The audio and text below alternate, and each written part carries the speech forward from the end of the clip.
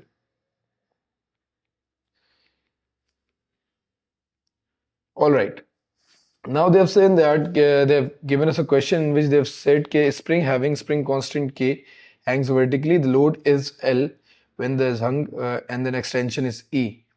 The limit of proportionality does not exceed. Elastic limit of the spring is not exceeded. Relationship बताना है. F is equals to Kx का formula है. We know that force in this case is load. K is K, extension is E. तो L is equals to KE. हमारे पास इसका formula आ जाएगा. अच्छा. Some identical springs, each with a spring constant K, are arranged as shown in figure 4.1. इसकी Kx, इसका भी K है. Okay.